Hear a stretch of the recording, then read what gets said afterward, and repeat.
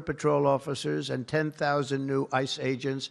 And these people are great. I tell you what, I got to know a lot of them. And we have tremendous representation. They've been for me from day one. In fact, I shouldn't say this, but they endorsed me when I first ran, almost at the beginning. And they weren't sure if they were allowed to endorse me. And they said, we don't care, we're endorsing you. But they were great, and they've been my friends ever since. But think of that. So we're going to hire 3,000 new Border Patrol officers, 10,000 new ICE agents. And, you know, these ICE guys, they go into war zones, and they're tough, and they love our country. And if you're not going to be tough, you're not going to do well. But they are tough, and they'll break into a pack, and they call them a pack. Some of these packs come out of the jails of Venezuela. They come from places that you don't want to know about. They're gang members that have been all sent in here through Biden's open door stupid policy. The dumbest policy, I think, well, we have a lot of dumb policies, but the worst, I think, is open borders, where anybody comes into our country totally unvetted, totally unchecked. And they're drug dealers, and they're people that we don't want them. And they're murderers, you know, they're murderers. I told you, over 11,000 murderers. They're in here. 50% of those, by the way, murdered more than one person. And they came in, no check-in, no anything. It's so sad. What that man has done to this country, we should never forget it, okay? We should never, ever forget it. With that whole group of people, I don't even think it was him. He didn't believe in open borders. He didn't believe in men playing in women's sports or transgender for everybody. But what that group of people has done to this country will never, ever, I don't think we can ever allow history to forget it. What they've done to us is so sad. We're going to fully fund the final sections of border wall, impose a new remittance tax on money sent back to foreign countries, and dramatically increase deportations to a bare minimum of 1 million illegal aliens per year.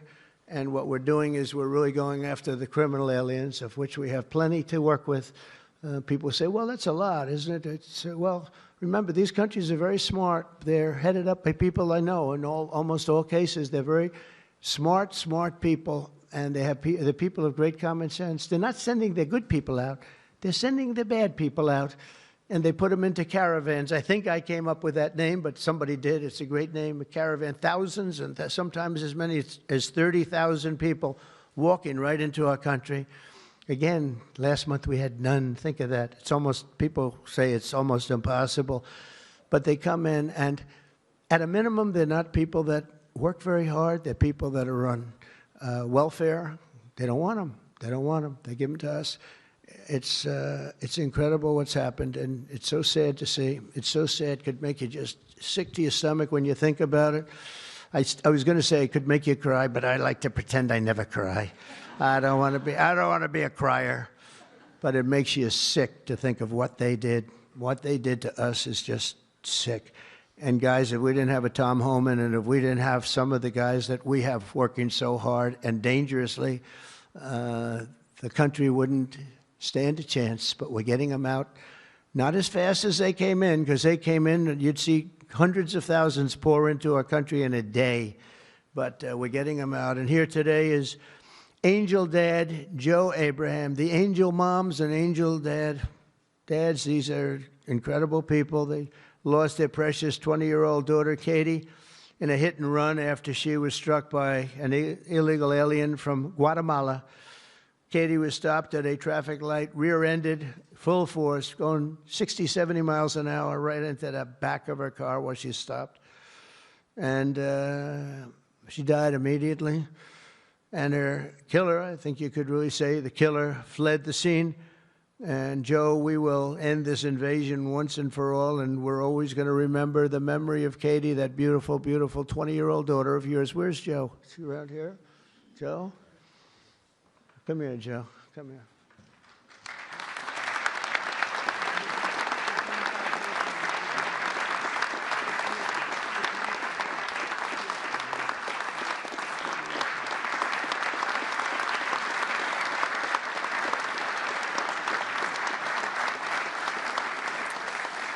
Ah, boy, oh, boy, oh, boy. Thank you, Joe, very much. Also with us is Sarah Stewart from Kerrville, Texas, who lost her brother to the fentanyl epidemic that has inundated her small town. Our bill provides billions and billions of dollars to stop fentanyl and other illicit narcotics.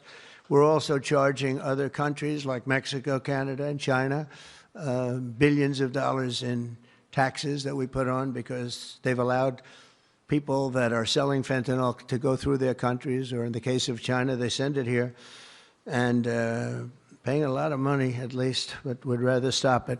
I think we're doing a big job of that, but would rather stop it. And other illicit narcotics pouring across the border and stealing more American lives. And thank you. Sarah will not rest until that fight is done. We're going to get that fight done. Sarah Stewart is where? Sarah? Hi, Sarah. Beautiful. Thank you. Good guy, huh? Yeah. I can see that. I also want to thank the president of the National Border Patrol. His name is Paul Perez. He's been with me from the beginning. And Brandon before him. These are great people. I've gotten very friendly with some of these people from Border Patrol and ICE because I'd call them once every 2 or 3 days. How we doing? How we doing? How we doing? If you remember, Kamala was the border czar. And in 4 years, she never made one call to Paul or Brandon or anybody else. And I'd like to have Paul come up, say a couple of words if you're here. Paul? Where are you, Paul? Oh, there you are. Go ahead. President Trump made promises that he's kept. Now it's time for Congress to back him up. We need to end the chaotic and recklessness that Biden allowed into this country. The millions of people that are out there, we're going to get with this big, beautiful bill. We've got the funding, we've got the technology, we need everything in that bill to get it done so that no more families are victimized. And those that have victimized families, we can go get them out with ICE. Our officers and agents are not afraid. We're ready to take this fight to them, and we've been so because of President Trump's leadership. Thank you, sir.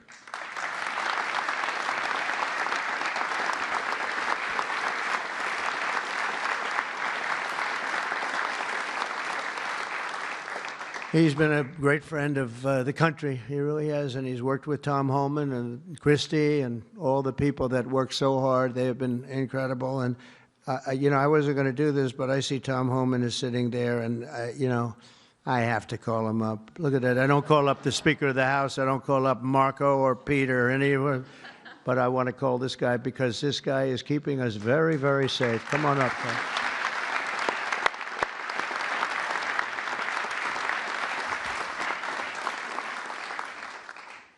Well, look, I think this issue of the big, beautiful bill should be nonpartisan. I don't know what the hell's the matter with everybody up in Congress? People are dying every day. ICE is arresting 3 times as many criminals that the Biden administration did. We're taking public safety threats and national security threats off the street every single day. But we got over 600,000 illegal aliens with criminal histories walking the streets of this country. We got less than 5,000 deportation officers. This should be a no-brainer. The more resources we get, if we get this bill passed, we got more agents on the road. We buy more beds, we get more transportation flights. More agents means more bad guys arrested, taken off the streets of this country every single day. Every day we arrest a public safety threat or national security threat. This makes this country much safer. Who the hell would be against that? And I get irritated, I get pissed off because I'm sick of meeting angel moms and dads. You want to talk about family separation? They buried their children. So I've done this since 1984. I've worked for 6 different presidents. No one has had the success of the Trump administration. We got the most secure border in the history of this nation today.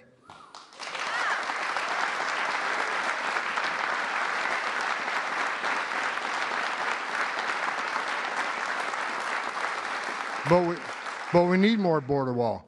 Border walls save lives. Women and children can't get over that wall, which means they go to a place where there's not a wall. And what's waiting on them? The men and women of the Border Patrol who take care of the humanitarian needs and save their lives. We already got fentanyl seizures down half. Fentanyl seizures should be 100%. We should have 0 fentanyl coming to this country. We need money to help secure that border at a higher level. Stop the fentanyl from coming in. Stop the sex trafficking of women and children. Stop the known inspected terrorists coming across that border. Right now, I was looking at the stats today. ICE is arresting a record number of known suspected terrorists in this country, along with the FBI. With more money, we can arrest more of these people, make this country safer. This is a nonpartisan issue. Let's make this country safe again. So to the Democrats and the Republicans and the Independents, I don't care who you're from, pass the bill so we make this country safe, so we can stop the violence against ICE officers. Let's make this country safe again. And without that bill, it's going to be a hard road. We got a lot of people to look for, a lot of people to arrest, a lot of national security threats we know are in this country. We need to find them. We need more money to do that. We need more agents to do that. For God's sake, let's pass this bill and get this done.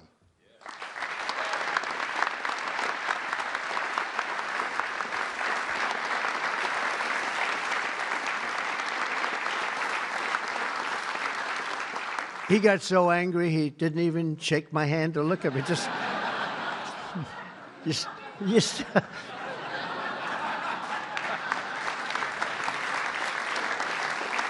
But he's right. He's right. And we have no money for the border if we don't pass this bill. We have virtually nothing. And so we're going to get it done for you, Tom, and for all of the people that have worked with you. It's been amazing, the job.